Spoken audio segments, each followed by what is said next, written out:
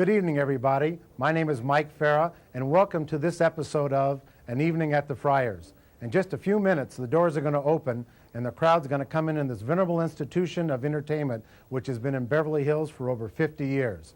Captains of industry and the entertainment field are all coming tonight to honor my very special guest star. He is the most recognizable broadcaster in the world today. His program is seen in over 220 countries, and the crowd is all coming in. You'll see him live on stage, Mr. Larry King. So stay with us, and we'll show you the whole thing right coming up. Leaders. What is it like to be shot? I didn't know I was shot. My destiny is my destiny. I don't enjoy power. It can be very isolating. You have to fight it? I fight it all the time. The last 3 days I was in the White House, I didn't go to bed at all.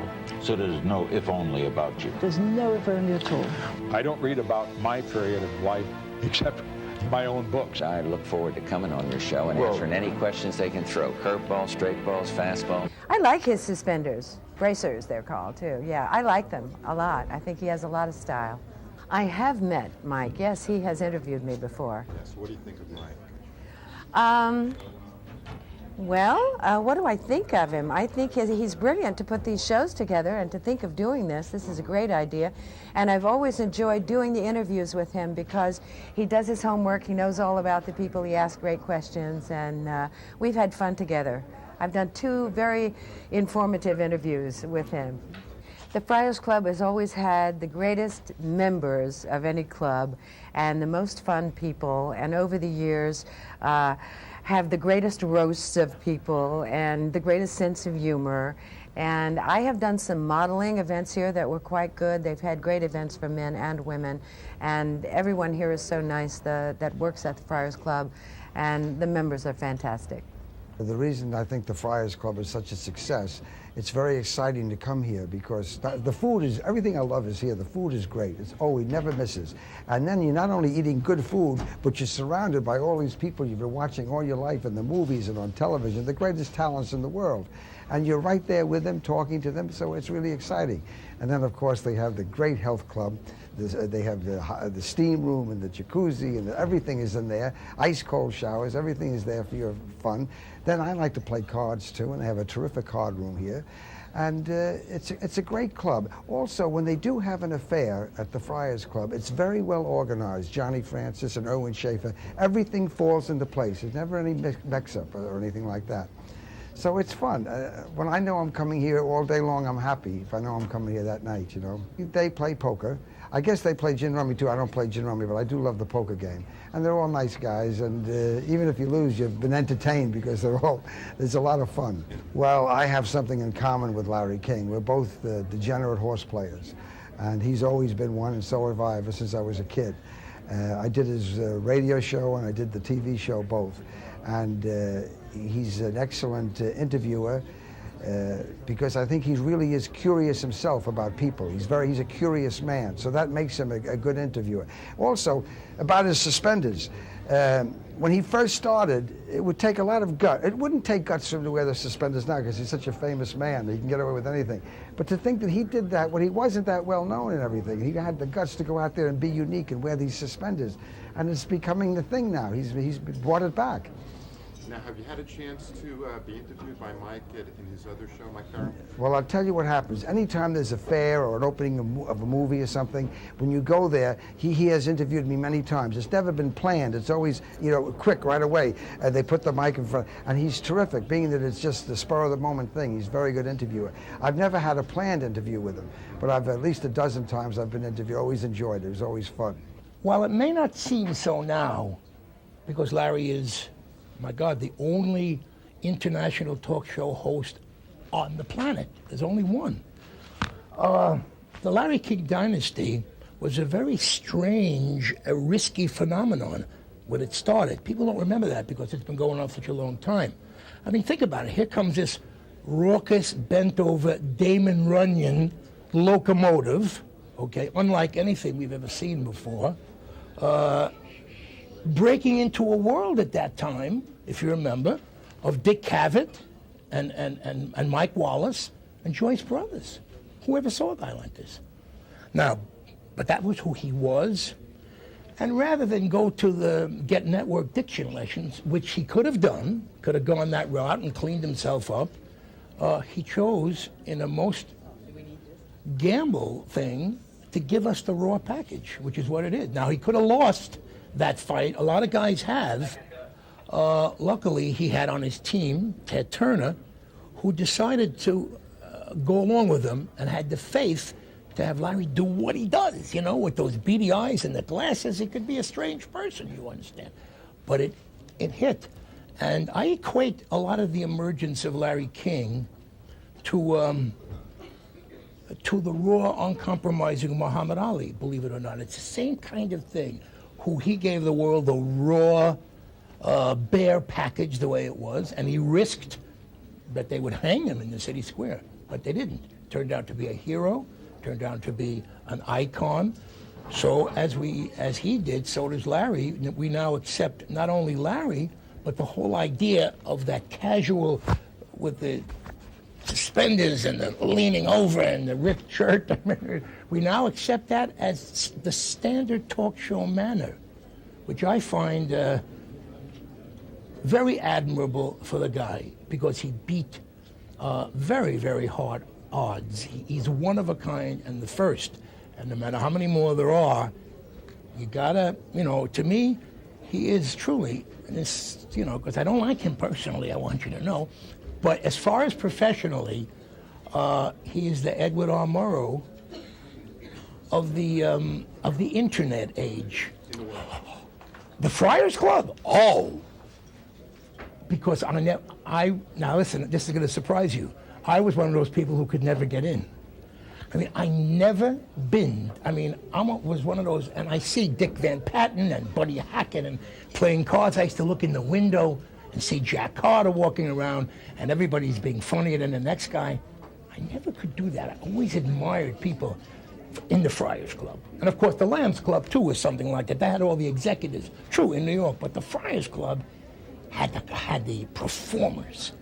And that was, you walked in and you touched Burl's sleeve, and it cleared up all your sinuses, I was not, I was either too young, too stupid, too pushy, or too funny, but I was on the outside. Does that make sense? You didn't like that either? That was so good. That was incredible. You're not liking personally. I'll see you in the car. I want to hear what you're up to. Larry. No, I want to hear you. What are you up to? I got very lucky in business, and I'm producing one thing after another. I have this big celebrity packaging organization, and I got very lucky, and if not, I stay home and I play Oklahoma records and wait for Shirley to come home with the money. Things are great, and Shirley is... and Shirley's still gorgeous. Beside gorgeous, every time Carousel comes out in video version, she becomes an icon again. I'll give you a tip that nobody had. How about this? Shirley Jones, Florence Henderson, and Marion Ross are collaborating on a television series that would star all three of them. Now, there's an idea. That's great. Can I go to the toilet now? Because I've been holding it in for so long. You sure it's okay? Legends. You're not afraid to go on stage and sing? Oh, yeah. The first 4 or 5 seconds, I tremble every time I take the step and I walk out of the wing onto the stage. Why do you like being other people? Well, probably because I'm not so crazy about myself. I never knew that many people loved me. I've never thought of myself as beautiful. Have you ever had a facelift? God, no. If I had a facelift, would I be stuck with this? It's great to see you. Look terrific. It's because I'm wearing my Larry King shirt. Yes. I forgot the suspenders. Well, she can carry a gun, good as any mother's son. You're singing my part.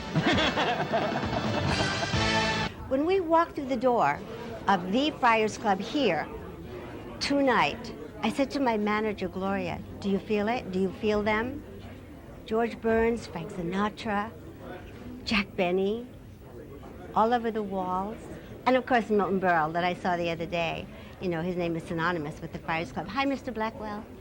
We're doing the fashion show here at the Friars Club on November 14th, as a matter of fact. We will be running up and down the runway. Larry King. Well, oh boy, he's always got his finger right on it, doesn't he? You know what I mean. I'm not speaking of Larry and his women. Yeah, he's, gosh, and he is seen in 200 some odd countries, isn't he? So everybody knows who Larry King is. I guess he really gets to the nitty gritty. I have never been interviewed by Mr. King. I hope one day I will be. I haven't been either bad enough or perhaps good enough. The suspenders, do they turn you on? The suspenders, I don't know that they turn me on, but I love suspenders, whatever turn you on means. I mean, does it get me sexually stimulated? His talk does, I must say. If the suspenders are part of it, I suppose so. What's next with you in your career? Next with me in my career, I have come out of retirement. My guardian angel, Aaron Spelling, has cast me in Sunset Beach, afternoon soap opera. Do you watch soap operas? No. I was on One Life to Live in New York City, and I portrayed a very notorious character by the name of Maria Roberts. And after that soap, I kind of wanted to kick back a bit. So now I'm out of retirement, working for my most favorite producer. My show will air, can I give a date? November the 12th. And laughs. Okay. I can't believe it. All right. They pay me for this. This is a good job. Richard, I love it. At this stage in your career, how would you assess where you are? Well, I'm on this show. Is your chair okay? Don't be so homophobic. Get over here. How do you... I'm gonna give you a kiss. No. That just blows my mind. Blows mine, too. No! The couple, the cuddle. Bobby! Of course, this club is, to me, you can't be in show business and not be a friar. I mean that sincerely. So, Larry fits right in here. I see you're a very sharp dresser yourself. What do you think of his suspenders? We just had a picture of all of us with our suspenders, Larry and myself and Mike. Just took a picture. That's great. They say a gentleman always wears suspenders. I think that used to be a rule. Of course, I'm not a gentleman, but that's what they say. Now, tell me some more about the Friars Club as a great club. Well, it's historic. You know, I think it was Jolson and George Raft and who else, Johnny? They were all out one night after the fights, and they had no place to go, so they started the Friars Club here, and it grew into what it is today. Everybody, Sinatra, from everybody in the world has belonged or does belong and should belong. I was a nightclub performer. I headlined a lot of the big rooms back in from 56 to 68. I worked New York, the International New York, and Farmhouse in Chicago, big venues, and enjoyed it. But in 1968, the nightclubs died. So I wasn't that, you know, I didn't care to be an actor, or so I actually gave up singing, and a couple years ago they honored my wife at a charity here, and she asked me to sing a couple songs for her, and I did, and I've been singing ever since. I'm back in show business. I have a CD that's going to come out shortly called For Lovers Over 50. And I'm going to be singing for people a little younger than me and a little older than me, because nobody else is singing for them. So. Good evening. My name is Larry King, and this is the premiere edition of Larry King Live. It's been one decade since I've said those words. Sure, I've changed some, a little less hair, got rid of the coat, but I'm still live and still talking to the most fascinating people in the world. Why not? We've got a winning formula here, and it's watched in 220 countries. I've asked a lot of questions during the last 10 years, gotten answers I never thought I'd hear, plus a few I'm still trying to figure out. Sometimes it's been dicey, but it's never been dull. This show has packed a lot of star power, It's also broken headlines as they've happened and then dug behind them when the time was right. We've delivered the news and the folks who made it. What is it like to be shot? I didn't know I was shot. I heard a noise and we came out of the hotel and headed for the limousine, and I heard some noise and I thought it was firecrackers. And the next thing I knew, one of the Secret Service agents behind me just seized me here by the waist and plunged me headfirst into the limo. I landed on the seat, and the seat divider was down, and then he dived in on top of me, which is part of their procedure to make sure that I'm covered. It's still a kick when the man says, and now, ladies and gentlemen, they don't even say it, I guess, anymore. You just walk out, right? No, they make an announcement. Okay, ladies and gentlemen. It's a kick. Frank Sinatra. That's still a kick. Absolutely. And the first, I swear on my mother's soul, the first 4 or 5 seconds, I tremble every time I take the step and I walk out of the wing onto the stage, because I keep thinking to myself, I wonder if it'll be there. When I go for the first sounds that I have to make, will it be there? I didn't like it, Larry, in the beginning. It was all challenge. I remember doing theater productions, which my father came to visit school. He used to have a wastebasket, off stage, and would get sick, before I'd go out. And it was really, in the earliest stages, it was a total test. I had terrible stage fright. Early days, I had a lot of camera fright, and it took a long time. It was really trying to overcome your fears was the real challenge of acting. It was not a joy. The joy came much later. Another great athlete, much happier circumstances. Basketball's Michael Jordan live at his restaurant in Chicago. Would you like to own the team? Would I? Football? Any sport. No, not basketball. Salaries not getting, basketball? No, it's getting outrageous. Wait a minute. Wait a minute. The salaries are getting outrageous. It is, actually. You've got to pay guys like Jordan and those guys, right? Jordan who? Might as well ask Oprah. We talked with her in the Windy City as well. Let me tell you this. We were in South Africa for Christmas, and we were at this Goulet Range Reserve, and we had the tracker, who was a black man who's really one of the most powerful black men I'd ever seen, because I thought, here, in his own country, doing what he loves, tracking lions in front of the Jeep.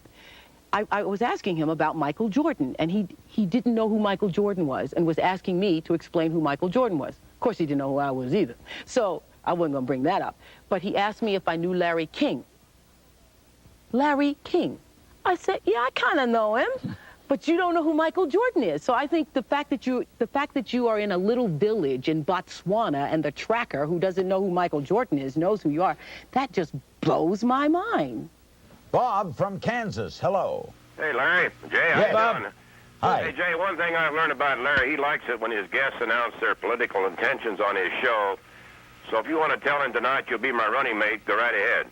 It's Bob Dole. Oh, it's Bob Dole. It is Bob Dole. I know I probably shouldn't say this, but I think you're a very handsome man. Uh-oh. Are you available for a date on Friday night? All right, who put this up? Who is this? I have no idea. No, he's not available. He's happy. That's the answer. I'm not available. Not even for your wife? Yeah, for my wife. Who is Hi, this? this is Tipper. I'm calling you from Asheville. You're doing great. Oh, my Aha! You didn't recognize your wife's voice, eh? You're on candid camera. You thought it was Larry King. We've played it serious plenty of times during the last 10 years. We've played around, too. Nothing like a good laugh. Nothing like a great song. Is there anyone you come again. Hey, Larry, shut up. I'm singing. Go ahead. Just when... No, thanks for getting me out of it. But anyway, thank you for asking about that. But here you come again, looking better than a body has a right to. Of course, I'm singing to Larry now. Okay. Damn right. You're doing a semi-nude scene in that movie? Yes, actually. Rosie. Can you believe it, Larry? I'm on a diet. Why are you doing this? Well, I'm an undercover cop, and I play a stripper in the opening scene. Now, when Gary sent me the script, they had originally offered it to Sharon Stone, this role. When I stopped laughing, I said, okay, I'll take the job. But I told Gary the hair removal alone for this role is going to take me an extra 2 weeks. I have never, ever in my life gone out with a married woman in the United States. In Sweden once I made a mistake, but then I went... principle or fear? No, I'm unethical. I'm a very moral person. Are you currently involved with anyone? Only with myself, and I'm having problems. You were quoted as saying you have a comedy body. Yes. What do you mean? I have a big old butt. Hey, I'm not promoting CNN. They don't give me a job. Let's get off What would you do on this network? On this network? Yeah. John Rickles is hired by CNN to do what? First thing I would do, I'd tell Ted Turner it's a mistake. No smoke. I know you don't smoke. I did plenty. Was that the hardest thing to lick? Yep, that was the hardest thing to kick, was no smoking. I had smoked 4.5, 5 packs of cigarettes a day for 40 years. Now I use these little 7-calorie coffee candies, and I'm happy to announce I'm getting diabetes and lockjaw. Dancing as we're dancing in the dark. That's as high as you should sing it. Right. Here's the Jews. Dancing in the dark till the two ends. We're all singing in the dark. Already they're going to. And it soon ends, and we can face the music zusammen. Dancing in the dark. Here are some highlights of what I've heard during 10 years of Larry King Live. Do other things. From the legendary Marlon Brando, insights on why he acts. Because there isn't anything that pays you as much money as acting while you are deciding what the hell you're going to do with yourself. Did it come easily to you? So in other words, you could make money this way? Acting comes easily to everybody. All I've done is just simply through the extraordinary talents of Stella Adler, who was my teacher and mentor, learned how to be aware of the process. And some people are never aware of it. Why do you like being somebody else? I think there's something in all of us that wants to do that. You know, put a bag over the head and you can kind of dance naked on the tabletop. Have you turned down anything you regretted? Are you kidding me? Like? Well, there was this girl in Chicago. Never mind. I turned down Terms of Endearment. Good move, Bert. Well, it was The Hustler. I turned down Ghost. Ghost? Well, I've turned down a lot of really good movies, but I don't regret it because I got really cool vacations in the summer. As a matter of fact, the ones that I've turned down never ended up that great. So you've never thought that you've been maybe kind of blessed and cursed at the same time? I've never thought of myself as beautiful. I was never raised, you know, that way. No one ever told me that as I was growing up. Do you like celebritydom? I don't know. I mean, you have to gauge it. Do you like being known? I guess I don't judge it in that way. And I know some people say, oh, I hate this or I hate that. I accept it as part of it, and so thereby I find the joy out of it. Was most of you in Rocky? Yeah, very much. That was more autobiographical than anything. Well, in the sense, philosophically, yeah, yes. That's yes, what I mean. Yes. I mean, I don't believe in Adrian. I go from even though everyone thinks I do that, you know, I'm shocked. You know, I come to the room and hello, Sylvester Stallone. They go, where's Rocky? So, man, please. Do you resent when people write about how rich you are? No, not at all. Because, you know, half of it is garbage. They come out, Forbes, I had a big fight with Forbes about coming out and saying how rich I was, because they didn't know. And they sent a man out, they took me off the list, you know. I was one of the 15 most wealthy men or something in the country. And I said, come out and look at that. How dare you put that in? Do you know that when I was in Vietnam in 1970 or something, Time magazine came out and said I was worth $500 million? I remember that. And you know how they found that out? They asked a guy backstage at the NBC who was sort of just got knocked off a bottle of wine or something. They said, what do you think Hope is worth? He said, oh, about $500 million. And they put it in the magazine. Many of Wall Street Journal said you were the richest show business person. As a person who's been salaried and employed all your life, you're the richest. Yeah. Why do you get angry? Why even bother with it? Why call Time? Why call Forbes? Well, you can't, because the next, you know, Greyhound bus pulls up to the house with 19 relatives. They eat the hedges. They try to get in the house, you know, and I beat them back. Out of the woodwork. Money was never your driving force, you told me once, though. Not really. It was never your goal. Laughs. Were you a ladies' man early? No. I was never great. Even when I married, I was never a great lover. You were not? No. How did this image I made build? Gracie laugh. Yeah, bed? sense of humor. Well, after you're married 25 years and you get in bed with your wife, it's easy to make her laugh. And I made Richie laugh. In other words, you were this image of George Burns, sexy. I didn't you were admitting him. I didn't need any women when I was young. Could do it myself. You.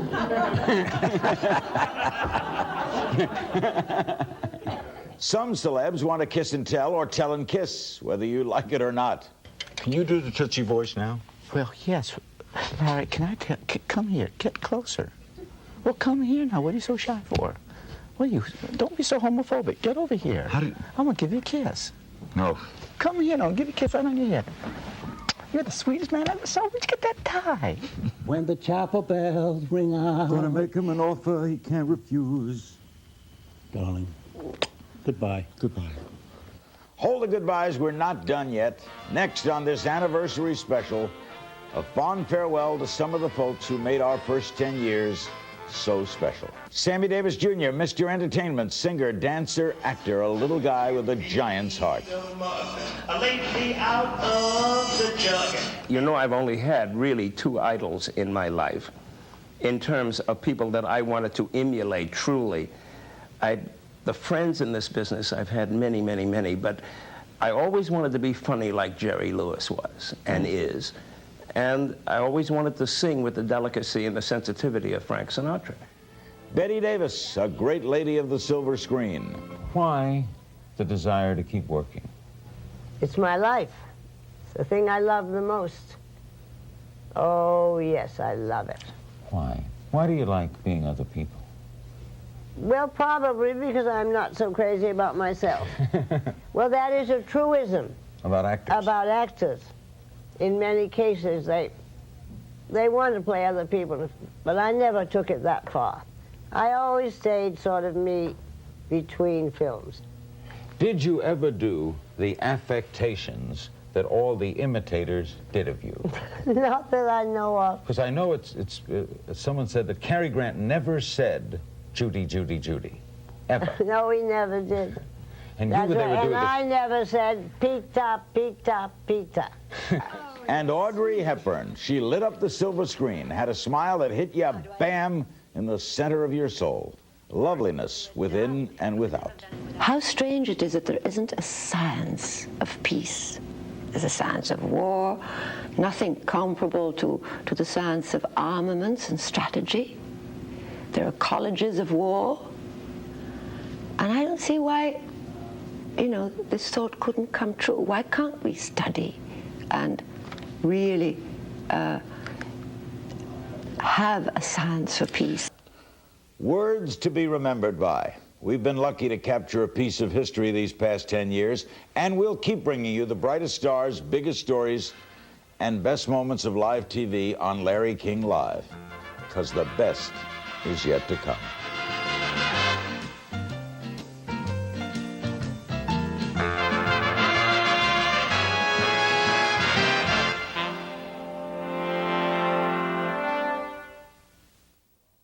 If you haven't realized it by now, you're on the town with Mike Farah. Good night. Good night.